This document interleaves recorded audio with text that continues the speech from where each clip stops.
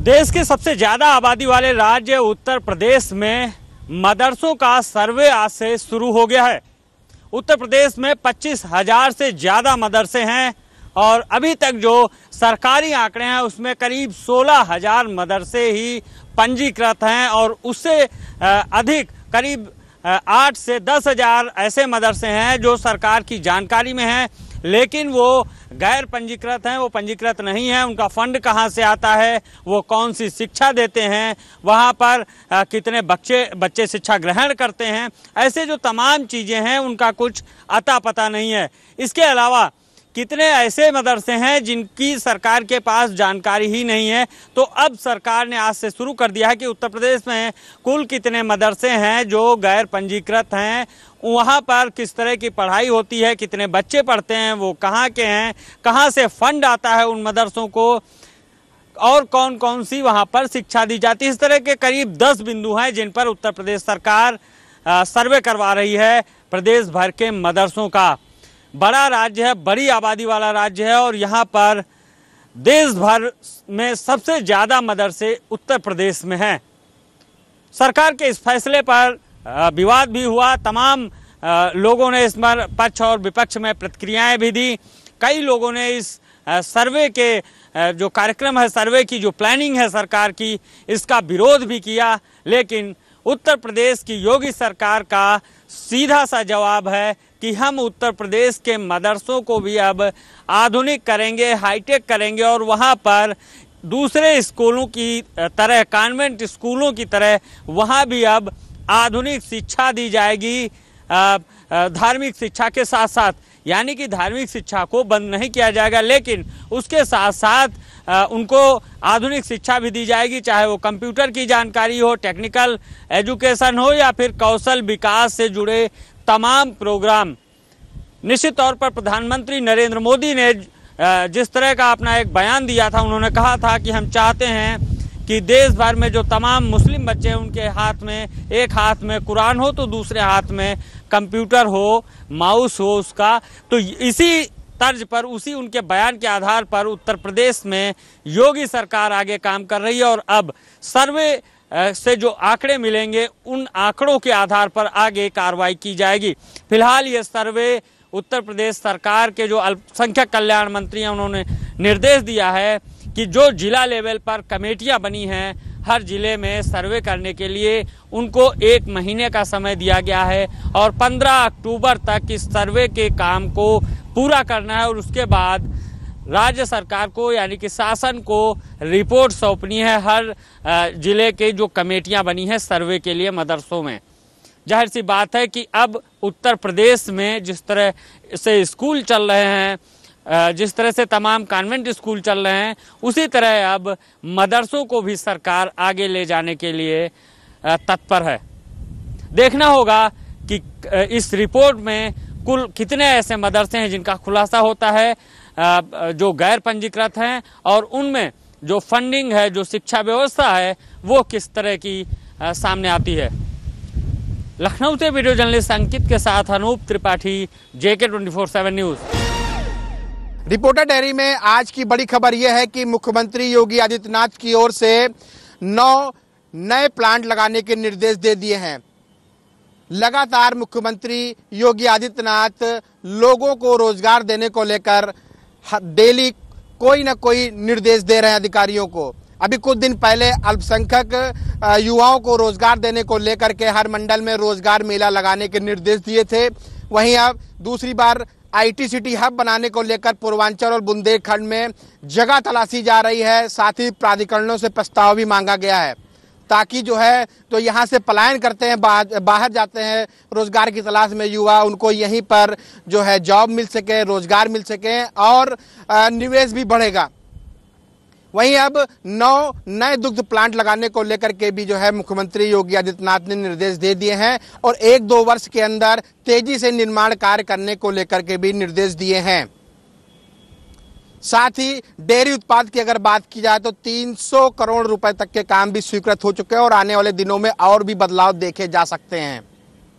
लगातार मुख्यमंत्री की ओर से इस तरीके के निर्देश दिए जा रहे हैं ताकि उत्तर प्रदेश के अंदर युवाओं को रोजगार ज्यादा से ज्यादा मिल सके और साथ ही राजस्व को भी बढ़ाया जा सके। कैमरा पर्सन अंकित के साथ में अंकुश जायसवाल, जेके न्यूज, लखनऊ।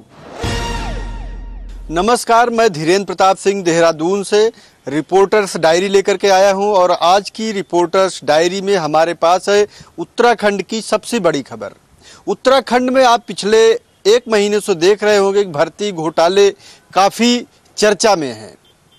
यूके SSSC से शुरू हुआ ये घोटाला कई और विभागों तक पहुंच गया है, लेकिन यूके SSSC में घोटालों की वजह से जो परीक्षाएं लंबित थी उसको लेकर के उनके जो एस्पिरेंट्स थे वो लगातार मुख्यमंत्री पे दबाव बनाए हुए थे कि उन परीक्षाओं को समय से संपन्न कराया जाए, वो चाहे यूके SSSC कराए या कोई और संस्था। इसको देखते हुए मुख्यमंत्री पुष्कर सिंह धामी ने पिछले दिनों हुई कैबिनेट बैठक में ये फैसला लिया था कि यूके SSSC द्वारा आयोजित की जाने वाली 23 परीक्षाएं जो यूके SSSC भविष्य में संपन्न कराता उनको उत्तराखंड लोक सेवा आयोग को सौंप दिया जाए। अब वे परीक्षाएं लोक सेवा आयोग को सौंप दी गई हैं। लोक सेवा आयोग उत्तराखंड के जो अध्यक्ष हैं रिटायर्ड IAS राकेश कुमार, उन्होंने बताया है कि उन परीक्षाओं के लिए उन्होंने प्रॉपर कैलेंडर बना लिया है। नवंबर दिसंबर तक कुल 4 परीक्षाएं संपन्न कराई जाएंगी। उसके बाद 2023 में बाकी परीक्षाओं की जो प्रक्रिया है वो भी पूरी कर ली जाएगी।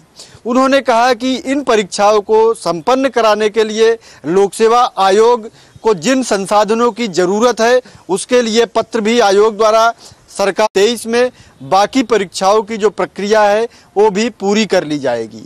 उन्होंने कहा कि इन परीक्षाओं को संपन्न कराने के लिए लोक सेवा आयोग को जिन संसाधनों की जरूरत है उसके लिए पत्र भी आयोग द्वारा सरकार को भेज दिया गया है। उन्होंने कहा इसके विधिक पहलुओं पर भी व्यापक विचार विमर्श आयोग ने किया है, जिसके चलते आगे कोई भविष्य में वैधानिक कोई दिक्कत ना आए, इसको देखते हुए भी होमवर्क पूरा कर लिया गया है। उन्होंने ये कहा है कि आने वाले समय में इन 23 परीक्षाओं को संपन्न कराया जाएगा और इसके साथ यह भी ध्यान रखा जाएगा कि इन परीक्षाओं की वजह से उत्तराखंड लोक सेवा आयोग की अपनी जो परीक्षाएं हैं उनका कैलेंडर प्रभावित न हो। अब सरकार के इस फैसले से ऐसे बच्चों में एक आशा जगी है जिनको लगता था कि इन भर्ती धांधली की जांच के चलते उनका भविष्य अधर में लटक गया है। इस फैसले से यह स्पष्ट हो गया है कि सरकार बच्चों के भविष्य को लेकर के बेहद गंभीर है और आने वाले समय में उत्तराखंड लोक सेवा आयोग द्वारा शुचितापूर्ण और पारदर्शी तरीके से परीक्षाएं समय से संपन्न की जाएंगी। मुख्यमंत्री के इस फैसले से जो इसके एस्पिरेंट्स हैं, जो इसमें प्रतिभा करने वाले बच्चे हैं, उनमें और उनके अभिभावकों में हर्ष देखा जा रहा है। कैमरामैन तिलक शर्मा के साथ JK 24/7 के लिए देहरादून से धीरेन्द्र प्रताप सिंह। हाल ही के अंदर हुए कॉमनवेल्थ खेलों में पंजाब के खिलाड़ियों के अच्छे प्रदर्शन के बाद अब पंजाब सरकार का एक ही लक्ष्य है कि राज्य को एक बड़े खेल हब के रूप में उभारा जाए। यही कारण है कि पंजाब के खेल मंत्री मीत हेयर और पंजाब के मुख्यमंत्री सरदार भगवंत सिंह मान लगातार पंजाब के अंदर खेलों को उत्साहित करने में लगे हुए हैं। कुछ दिन पहले ही पंजाब के मुख्यमंत्री ने पूरे राज्य के अंदर खेड़ा वतन पंजाब दियां नामक टाइटल से एक खेल मेले की शुरुआत की थी, जो पूरे पंजाब के अंदर अभी भी कहीं ना कहीं जारी है। और इस पूरे खेल मेले के अंदर 14 साल से लेकर 55 साल तक के जो लोग हैं, जो युवा, बुजुर्ग, बच्चे, बूढ़े, तमाम लोग इसमें हिस्सा ले रहे हैं। और सरकार का मंतव्य है कि वो चाहते हैं कि निचले स्तर पर यानी कि ग्रामीण स्तर पर भी लोग जो हैं वो खेलों के लिए आगे आए। जो पंजाब अब नशे का हब बन चुका है वो खेलों का हब बनना चाहिए। इसी बीच आज पंजाब के खेल मंत्री हरमीत सिंह मीत हेयर ने एक प्रेस कॉन्फ्रेंस की है पंजाब भवन के अंदर और उन्होंने खिलाड़ियों के लिए कई तरह के नए ऐलान किए। उन्होंने कहा कि आने वाले दिनों में पंजाब सरकार सभी खिलाड़ियों के लिए एक वजीफ़ा पॉलिसी जारी करेगी, जिसमें जो भी अच्छा खिलाड़ी खेलता है किसी भी खेल के अंदर उनको स्कॉलरशिप दिया जाएगा। इसके अलावा उनकी खेलों की तैयारी को लेकर जो पहले डाइट का सामान दिया जाता है, जब पैसे दिए जाते हैं, उसमें भी सरकार अब वृद्धि करने जा रही है ताकि खिलाड़ियों को नेशनल स्तर से लेकर इंटरनेशनल और ओलंपिक के लिए तैयार किया जा सके। इसको लेकर पंजाब सरकार ने साफ कहा है कि वो जल्दी एक व्यापक पॉलिसी लेकर आ रहे हैं ताकि पंजाब के सभी खिलाड़ियों को उसका लाभ हो सके। इसके अलावा पंजाब के ग्रामीण स्तर पर नए खेल स्टेडियम बनाने को लेकर भी सरकार जो है उस प्लानिंग पर काम कर रही है। और मीत हेयर जो पंजाब के खेल मंत्री, उनका कहना था कि जल्दी पंजाब के कई ग्रामीण इलाकों में बड़े स्टेडियम बनने शुरू हो जाएंगे और उनका खास मंतव्य यही है कि ये जो स्टेडियम बने वहाँ पर खिलाड़ियों के अलावा वहाँ पर सरकारी कोच जो है वो भी पंजाब सरकार मुहैया करवाए। साफ कारण है कि अगर कोच अच्छे मिलेंगे तो पंजाब के खिलाड़ियों को अच्छा प्रशिक्षण मिलेगा और वो पंजाब से निकलकर नेशनल और उसके बाद इंटरनेशनल तमाम तरह के जितने भी बड़े खेल इवेंट्स होते हैं उनकी तैयारी वो वहाँ पर कर सकते हैं।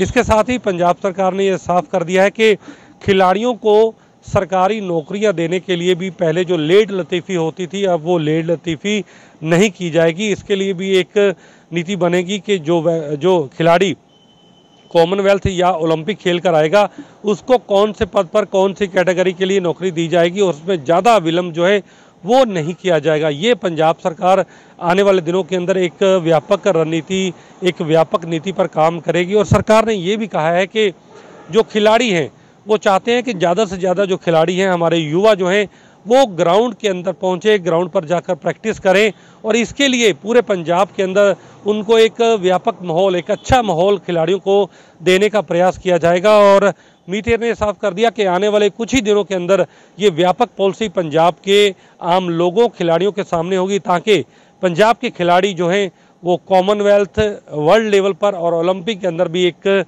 अच्छे पदक ला सकें, ज़्यादा से ज़्यादा पदक ला सकें और पंजाब जो है वो नशों से दूर हो सके। कैमरामैन निशान के साथ मैं नवदीप छाबड़ा, JK 24/7 न्यूज़, चंडीगढ़। नमस्कार, आप देख रहे हैं JK 24/7 न्यूज। रिपोर्टर्स डायरी में आप तमाम दर्शकों का स्वागत है। झारखंड से विशेष समाचार यह है कि झारखंड के मुख्यमंत्री हेमंत सोरेन ने सूखा से निपटने के लिए 2 से 2.5 करोड़ का बजट बनाने का आदेश दिया है। अनेक विभागों के सचिव के साथ हुए बैठक में उन्होंने यह आदेश दिया है, जिसमें आपदा प्रबंधन के सचिव, शिक्षा विभाग के सचिव एवं अन्य सचिवों के साथ बैठकर उन्होंने विचार विमर्श किया। उन्होंने पाया कि झारखंड के अनेक ऐसे जिले हैं जो सूखा से ग्रस्त है और किसान परेशान हैं। इसे निपटने के लिए उन्होंने योजना बनाने की बात कही है। उन्होंने यह कहा कि न सिर्फ मनुष्य बल्कि मवेशी पालकों के लिए भी व्यवस्था बनाई जाए। यदि किसी प्रखंड में या जिले में पानी की आपूर्ति नहीं हो पा रही है तो इसके लिए टैंकर की व्यवस्था की जाए। अर्थात अगर हम इसका कंक्लूजन निकालें तो हमें यह स्पष्ट पता चलता है कि मुख्यमंत्री हेमंत सोरेन छोटी छोटी बातों को लेकर बहुत ही संवेदनशील हैं एवं जनता के बात का ध्यान रख रहे हैं। उन्होंने यह भी कहा कि मनरेगा में जो कच्चे काम पर रोक लगाया गया है उसे जल्द ही हटा लिया जाएगा, जिससे कि वैसे मजदूर जो मनरेगा पर आश्रित थे उन्हें रोजगार मिले और उनका भी घर-बार सही से चल सके। उन्होंने यह भी कहा कि जो पेंशन लागू किए हैं वह पेंशन प्रत्येक महीने के 5 तारीख तक वृद्ध के खाते में चला जाए ताकि उन्हें किसी तरह की परेशानी का सामना न करना पड़े। यदि हम इसका सारांश निकालें तो यही है कि यह हेमंत सोरेन की ओर से गुगली है।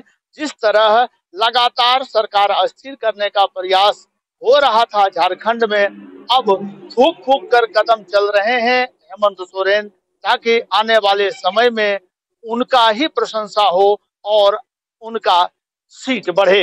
यूं कहें कि 2024 की तैयारी है। अब यह देखना होगा कि जनता इनके बात पर कितना भरोसा करते हैं और कितना इन्हें 2024 में सीट प्राप्त होता है। वीडियो जर्नलिस्ट कार्तिक के साथ मनीष कुमार झा, झारखंड, JK 24/7 न्यूज।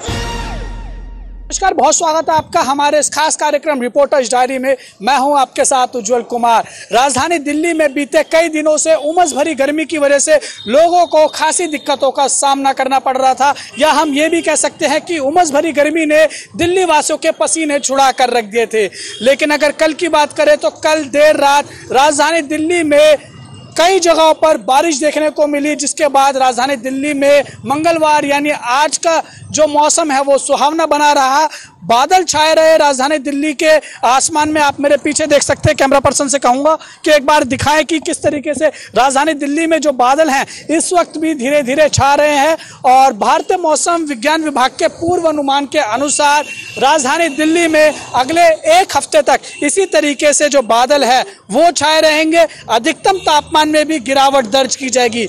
अधिकतम तापमान की अगर बात करें, राजधानी दिल्ली समेत जो आसपास के इलाके हैं वहां पर भी अधिकतम तापमान में गिरावट दर्ज की जाएगी, तकरीबन 60 डिग्री सेल्सियस की। अगर अधिकतम तापमान की बात करें तो दिल्ली और आसपास के जो रीजन है वहां का अधिकतम तापमान तकरीबन 30 से 32 डिग्री सेल्सियस तक बना रह सकता है। तो वहीं न्यूनतम तापमान की बात की जाए तो न्यूनतम तापमान में भी जो गिरावट है वो देखने को मिलेगी, तकरीबन 20 से 22 डिग्री सेल्सियस के आसपास न्यूनतम तापमान बना रह सकता है।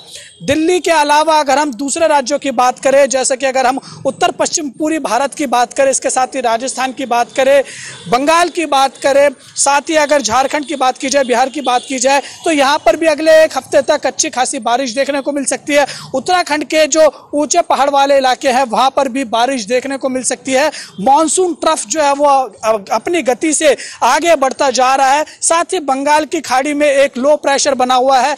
इसके साथ ही जो अलग अलग मौसम के जो सिस्टम बने हुए हैं छोटे छोटे, उसके चलते देश के अलग अलग राज्यों में बारिश देखने को मिल रही है। और दिल्ली में भी अगले एक हफ्ते तक हल्की से मध्यम बारिश जो है वो दर्ज की जा सकती है। और जैसा कि हमने आपको जानकारी दी, दिल्ली के अधिकतम तापमान में भी गिरावट जो है वो आएगी। साथ ही जो दिल्ली में हवा में जो नमी का स्तर तकरीबन 57 से 77% के आसपास बना हुआ था, उसमें भी अब आने वाले दिनों में गिरावट दर्ज की जाएगी। और इससे हम ये जरूर कह सकते हैं कि दिल्ली समेत आसपास के जो एरिया है, जो रीजन है, वहां के लोगों को अच्छी खासी राहत मिल सकती है।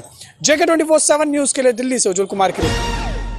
मैं हैदर अली, मेरी रिपोर्टर डायरी में है NCR वालों के लिए एक खास खबर। जी हां, अगर आप दिल्ली में रहते हैं NCR में, तो आपको पता है सर्दी का मौसम शुरू होते ही पोल्यूशन की समस्या NCR में पैदा होने लगती है। लेकिन उससे निपटने के लिए हर साल यहां अक्टूबर में ग्रेप सिस्टम को लागू कर दिया जाता है, जो कि जनवरी तक चलता है। इस बार भी 1 अक्टूबर से ग्रेप सिस्टम लागू कर दिया जाएगा। उसके तहत कंस्ट्रक्शन साइट, ईंट भट्टे, कोल से संचालित होने वाली कंपनियां बंद रहेंगी। इसके अलावा ट्रैफिक पुलिसकर्मी सड़क के चौराहों पर तैनात रहेंगे और जो भारी वाहन हैं उनको भी कवर करके ले जाया जाएगा। इसके अलावा सबसे बड़ी खबर है कि ट्विन टावर को 28 अगस्त को ध्वस्त किया गया था। हम उसी साइट पर हैं। यहाँ अभी 80,000 टन मलबा पड़ा है। सबसे बड़ा सवाल यही है, ग्रेप के तहत इस मलबे का क्या किया जाएगा। तो आपको बता दें, 1 अक्टूबर से पहले ही यहाँ जो पूरी साइट है ये ट्विन टावर की, इसको कवर कर दिया जाएगा। इसके अलावा आप देख सकते हैं कि यहाँ से जो मलबा है लगातार 8 टन डेली यहाँ से CND प्लांट सेक्टर 80 में लेकर जाया जा रहा है। इसके अलावा उस मलबे से सरिये को अलग किया जा रहा है। सरिये को अलग करके अलग जगह पहुँचाया जा रहा है। जो मलबा है उससे टाइल्स बनाई जाएंगी। इसके अलावा जो बचा कुचा मलबा होगा तकरीबन 50,000 टन के आसपास, उसको नीचे ढका जाएगा। जो बेसमेंट का जो पूरा एरिया खाली हुआ है उसको वहाँ कवर कर दिया जाएगा। आपको बता दें, हर साल ग्रेप इसलिए लागू किया जाता है ताकि जो NCR में पोल्यूशन का स्तर जब 300 AQI के पार चला जाता है तो इन चीज़ों को लागू कर दिया जाता है ताकि जो AQI हो उसको कम किया जाए। हर साल दिवाली के बाद जो AQI लेवल दिल्ली में बढ़ता है वो एक बड़ी समस्या पैदा हो जाता है, खासकर उन लोगों के लिए जिनको दमा, श्वास और सांस की प्रॉब्लम होती है। ऐसे में सरकार की एक अब देखना यही होगा, ट्विन टावर का जो मलबा है वो एक बड़ी समस्या है, इससे कैसे निपटा जा सकता है। Haider Ali, JK 24/7 news, Noida. नमस्कार, बहुत स्वागत है आपका JK 24/7 के विशेष प्रोग्राम रिपोर्टर डायरी में। और आज हम फरीदाबाद की वो खबर जो है आपके सामने लेकर आए हैं, जो कहीं ना कहीं अब लोगों को परेशान कर रही है, या कहीं कि जो 400 घर थे उन पर अब जो है नगर निगम की तलवार लटकी हुई है और मांग कर रहे हैं कि उनको समय दिया जाए या फिर कहीं और बसाया जाए। पूर्व पार्षद जी हैं राकेश भड़ाना जी। सर, लोगों के साथ नगर निगम दफ्तर पहुंचे हैं, क्या कुछ मांग कर रहे हैं, कैसे लोगों के साथ खड़े हुए हैं? नहीं, असल में ये कल नोटिस चस्पा किए गए थे। जमाई कॉलोनी जो इलाका है, पीछे भी वहाँ पे तोड़फोड़ हुई थी, तो वहाँ के लोगों का जो तोड़फोड़ रुकी थी वो ये पक्ष था कि भाई ये बड़कल गांव की ज़मीन है और उस पर उनका मालिकाना हक के लिए केस चल रहा था, तो इस वजह से वो तोड़फोड़ रुकी थी। लेकिन कल 7 तारीख में बैक डेट में इनको नोटिस जो सार्वजनिक सूचना के किए हैं कि भाई 1 सप्ताह के अंदर अंदर आप अपने मकान खाली करें। इसमें फॉरेस्ट एक्ट के तहत कार्रवाई की जाएगी, जो PLP एक्ट है। तो ये बड़े ताज्जुब की बात है कि एक पूरे इतने बड़े अरावली क्षेत्र में इनको ये सिर्फ 400-500 मकान मिले हैं कि जिस पे फॉरेस्ट के तहत कार्रवाई की जानी है, जो जहाँ के गरीब लोग रहते हैं। और हमने यहाँ पर रिप्रेजेंटेशन दिया है कि भाई एक तो इनको समय आपने नहीं दिया जो ये अपनी न्यायिक प्रक्रिया में कहीं जा पाते, और दूसरा ये है कि सुप्रीम कोर्ट की गाइडलाइन के हिसाब से इनकी कोई व्यवस्था पहले की जाए, कोई ना कोई वैकल्पिक व्यवस्था इनको दी जानी चाहिए थी, उसी के बाद इनको उजाड़ा जाना चाहिए। कितने मकान हैं, कितने लोगों को वहाँ जो है, कितने समय से ये वहाँ रह रहे थे? ये लगभग तकरीबन 30-40 साल से वहाँ रह रहे हैं, और लगभग ये मकान है 400 से 500 मकान के आसपास मकान है। तो अब क्या कुछ आश्वासन अंदर से मिला है, क्या कुछ लग रहा है कि कैसे सुनवाई होगी, कैसे मदद? हमने अपना रिप्रेजेंटेशन दे दिया है और उन्होंने इस पे गौर करने के लिए बोला है कि हम इस पे गौर करते हैं, क्योंकि कल ही आज के आप न्यूज़पेपर्स में पढ़ सकते हैं कि माननीय मुख्यमंत्री जी ने कहा है कि जो पंचायत तक की ज़मीनें हैं उन पे भी कब्जे अभी नहीं हटाए जाएंगे जब तक कोई व्यवस्था ना बन जाए। वो आज के न्यूज़पेपर की आप देख सकते हैं, देखा होगा आपने। तो इसके तहत हमने कहा है कि भाई एक मानवीय, जिस तरह से खोरी कॉलोनी को तोड़ा गया था और वहाँ पर उनको अलग जगह दी गई थी, एक लंबा समय भी दिया गया था वहाँ से छोड़ने के लिए, तो क्या ऐसी भी कुछ विषय मांग रखी जाए? नहीं, वो तो हमने कहा है कि माननीय सर्वोच्च न्यायालय के प्रक्रिया के अनुसार इनको जो है ना एक तो समय भी दिया जाए और इनके लिए कोई वैकल्पिक व्यवस्था की जाए। ठीक है, तो ये लोग भी हैं, ये आए हैं यहाँ पर, क्या कुछ चाहते हैं आप? कब से वहाँ रह रहे हैं? अब क्या लग रहा है, कैसे डर सता रहा है, या क्या कुछ सपोर्ट मिल रहा है, क्या कुछ चाह रहे हैं आप? जी अब 40-45 साल से रह रहे हैं, सारा कमाया उसी में लगाया, अब कुछ नहीं बचा हमारे पास। अगर वो फिनिश कर दिया, अब ये है हमारा कहना का मतलब कि हमारे लिए या तो व्यवस्था की जाए या फिर हमारा मतलब जो है हमको समय दिया जाए, जो बच्चा ने कहीं किराया पे कहीं पटक दें ले जा करके, तो ये तो सरकार को करना चाहिए, हमें समय देना चाहिए। अब भाई अपना सामान को सुरक्षित जगह ले जाओ। बढ़ाना साहब आपके साथ लगे हुए, राकेश बढ़ाना जी, लग रहा है कुछ साथ भी मिल रहा है, कुछ समय मांग रहे हैं ताकि एक खड़ा होने का मौका मिल सके। हाँ, मांग कर रहे हैं जी हमारा पार्षद जी, और देखो सुनाई होती है नहीं होती है। क्या क्या सोच रहे हैं, क्या कुछ मन में चल रहा है कि कैसे बचा जाए, क्या कुछ कर रहे हैं? यही सोच रहे हैं कि एक तो समय दिया जाए और दूसरी रहने सहने का बंदोबस्त किया जाए। हम बच्चों को कहाँ लेके जाएंगे, ये लगा लो। क्या कुछ है अब अंदर के लग रहा है कि कुछ मिलेगा मौका? देखो, कमिश्नर साहब को तो हमने अवगत करा है, बाकी कमिश्नर साहब ने कहा है कि जो उचित मदद हो सकती है वो करेंगे। बाकी मदद तो आपके सामने है। अब इस टाइम अचानक से 2 दिन में हम कहाँ अपना सामान ले जाएं और कहाँ सेट किराए के लिए मकान भी तो देखना पड़ेगा। कितने समय पहले नोटिस भेजा गया आपको? कल नोटिस दिया है, नोटिस के अनुसार आज टाइम खत्म हो रहा है। एक दिन का नोटिस, एक दिन का आज टाइम खत्म हो रहा है। कल हमारे पास शायद अब कमिश्नर सर को अवगत कराया, देखो बाकी उन्होंने कहा गौर करिए जाएगा। तो बिल्कुल देखिए, ये सब लोग जो हैं जमाई कॉलोनी के यहाँ पर पहुँचे हैं और मांग यही कर रहे हैं कि उनको या तो समय दिया जाए या फिर कहीं पुनर्वास कराया जाए। लंबे समय से वहाँ पर रह रहे थे, अपनी पूरी जो मेहनत की कमाई थी वो वहाँ पर लगाई, और अब जो है आतियाना तोड़ने का 1 दिन का नोटिस मिला है। इसी को लेकर पूर्व पार्षद राकेश बढ़ाना जी जो है कमिश्नर से मिले हैं और चाहते हैं कि या समय दिया जाए या फिर इनको कहीं ऐसा व्यवस्थित तरीके से इनकी व्यवस्था कराई जाए ताकि राहत मिल सके। सहयोगी राकेश के साथ संदीप गोयल, JEK 24/7 न्यूज़, फरीदाबाद। नमस्कार, मैं रितिका राजपूत और जम्मू कश्मीर में रिपोर्टर्स डायरीज में आपके लिए बड़ी खबर लाए हैं। JKSSB की तरफ से SI की जो रिक्रूटमेंट करवाई गई थी उसे कैंसिल कर दिया गया था। LG मनोज सिन्हा गिर थे। अभी हाल ही में CBI की तरफ से रेड्स डाली गई हैं अलग अलग लोकेशंस में, जिसमें 33 लोकेशन गिनी गई हैं। फिलहाल बता दें, जम्मू कश्मीर समेत और भी बहुत से शहर हैं जिनका नाम आ रहा है, पर आपको बात बताना चाहेंगे जम्मू कश्मीर में कि यहाँ पे कहाँ रेड डाली गई है, क्योंकि इस रिक्रूटमेंट में बड़े स्कैम की बात की गई थी। कहा गया था कि लाखों के हिसाब से जो सिंगल यहाँ पे कैंडिडेट थे उनकी तरफ से पैसे आगे दिए गए थे और कहीं ना कहीं एग्जाम को पास करने के लिए धांधली जो है बड़े पैमाने पे की गई थी, जिसके चलते तमाम रिक्रूटमेंट को यहाँ पे रद्द कर दिया गया था। एक कमेटी बिठाई गई, 3 मेंबरी कमेटी जो बनाई गई थी, उनके द्वारा तमाम कार्रवाई चलाई गई और आज की जो यहाँ पे CBI की तरफ से रेड की गई है, आपको बता देना चाहती हूँ 33 लोकेशन हैं, जिसमें जम्मू, श्रीनगर, करनाल, यहाँ पे महेंद्रगढ़ और साथ ही साथ रेवाड़ी जो कि हरियाणा में है और इसी के साथ गांधीनगर जो कि गुजरात में है, दिल्ली, गाजियाबाद जो कि यूपी में है, बेंगलोर और साथ ही साथ कर्नाटका, जो कि एसआई के केस से जुड़े हुए तमाम ऑफिशियल्स के नाम भी इसमें आ रहे हैं, उनके विषय में भी बताना चाहेंगे। सबसे पहले आपको बता देना चाहते हैं सीबीआई की सर्चेज कहां-कहां चली है। सबसे पहले खालिद जहांगीर का नाम इसमें आ रहा है, फॉर्मर चेयरमैन जेकेएसएसबी।